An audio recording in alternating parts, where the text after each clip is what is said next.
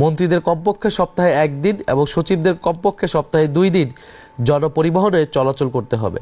যে কোনো পর্যায়ের স্থানীয় সরকারের চেয়ারম্যান পদে প্রার্থী হতে হবে ন্যূনতম স্নাতক পাস যোগ্যতা সম্পন্ন। আমরা সরকার পরিচালনার দায়িত্ব পেলে কোনো মন্ত্রী বা উচ্চপদস্থ কর্মকর্তার চলাচলের জন্য রাস্তা বন্ধ রাখা হবে না। জনগণের ট্যাক্সের টাকায় নির্মিত সড়কে সাধারণ মানুষের চলাচলের অধিকার অগ্রগণ্য হবে। জরুরি সেবা বিশেষ করে অ্যাম্বুলেন্স ও ফায়ার সার্ভিস পাবে সর্বোচ্চ অগ্রাধিকার। সরকারি কর্মকর্তাদের জন্য আলাদা পরিবহন ব্যবস্থা থাকবে না, সকলকে সাধারণ জনপরিবহন ব্যবহার করতে হবে। মন্ত্রীদের কমপক্ষে সপ্তাহে 1 দিন এবং সচিবদের কমপক্ষে সপ্তাহে 2 দিন জনপরিবহনে চলাচল করতে হবে। রাষ্ট্র পরিচালনায় দায়িত্বশীলদের জনজীবনের বাস্তবতা অনুভব করতে হবে, এটাই হবে সরকারের নতুন সংস্কৃতি প্রতিষ্ঠার কর্মসূচি। আধুনিক বাস সার্ভিস চালু সহ অন্যান্য পরিবহন ব্যবস্থায় সরকারি বিনিয়োগ অগ্রাধিকার পাবে। প্রতিটি রুটে মানসম্মত গণপরিবহন নিশ্চিত করা হবে যাতে সাধারণ মানুষের সময় ও খরচ সাশ্রয় হয়। ছাত্রছাত্রী ও প্রতিবন্ধী ও প্রবীণ নাগরিকদের জন্য পরিবহনে বিশেষ ছাড় এবং সংরক্ষিত আসনের ব্যবস্থা কঠোরভাবে নিশ্চিত করা হবে। যান্ত্রিক ত্রুটিযুক্ত যানবাহন রাস্তা থেকে অপসারণ করা এবং স্বচ্ছ ও দুর্নীতিমুক্ত প্রক্রিয়ায় ড্রাইভিং লাইসেন্স প্রদান করা হবে।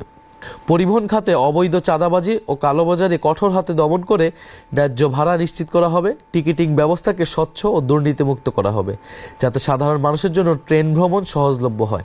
চায়ের দেশে ছুটির সাথে সালতানাত টি রিসর্ট, চায়ের দেশে আপন ঠিকানা। বিমান ভাড়ার ক্ষেত্রে নিলাম ভিত্তিক অস্বচ্ছ ব্যবস্থা বন্ধ করা হবে। আমাদের সমাজটাকে সুন্দর করে গড়ে তুলতে হলে সকল মানুষকে শৃঙ্খলা, নিরাপত্তা, অন্যের সুবিধা অসুবিধার বিষয়ে সংবেদনশীল হতে হবে। জীবনের ঝুঁকি নিয়ে চলাফেরা করা, যেখানে সেখানে রাস্তা পারাপার করার সংস্কৃতি থেকে সমাজকে বের করে আনতে হবে। ট্রাফিক আইন সকলকে মেনে চলতে উৎসাহিত এবং রাস্তা ও মহাসড়কে যানবাহন ও মানুষের চলাচলে শৃঙ্খলা ফিরিয়ে আনতে কর্তৃপক্ষকে সহযোগিতা করতে হবে। কেন্দ্রীয় সরকার মূলত প্রতিরক্ষা, পররাষ্ট্রনীতি এবং জাতীয় অবকাঠামোর মতো বড় বিষয়গুলো পরিচালনা করবে। অন্যদিকে উপজেলা ও পৌর প্রশাসন জনগণের দৈনন্দিন সেবা নিশ্চিত করবে। এমনটি উন্নত দেশগুলোর প্রশাসনিক কাঠামোতে চালু আছে। জনপ্রতিনিধি ব্যবস্থাকে কার্যকর করতে উপজেলা ও ইউনিয়ন পর্যায়ে নির্বাচিত নেতাদের প্রকৃত ক্ষমতা দেওয়া হবে এবং কঠোর জবাবদিহিতার আওতায় আনা হবে।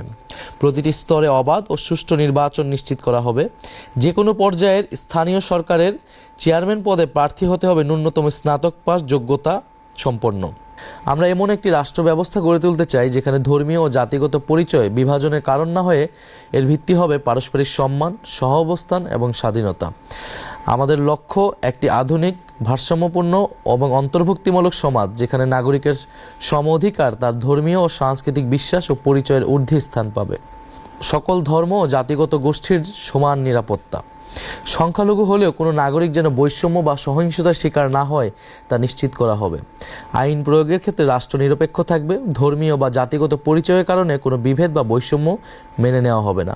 আমাদের স্বপ্ন এমন একটি বাংলাদেশ গড়ে তোলা যেখানে মানুষ তার ধর্ম, বর্ণ বা জাতিগত পরিচয়ে নয় বরং মানুষ হিসেবেই এবং নাগরিক হিসেবেই মূল্যায়িত হবে। ভারসাম্যপূর্ণ রাষ্ট্র ব্যবস্থা।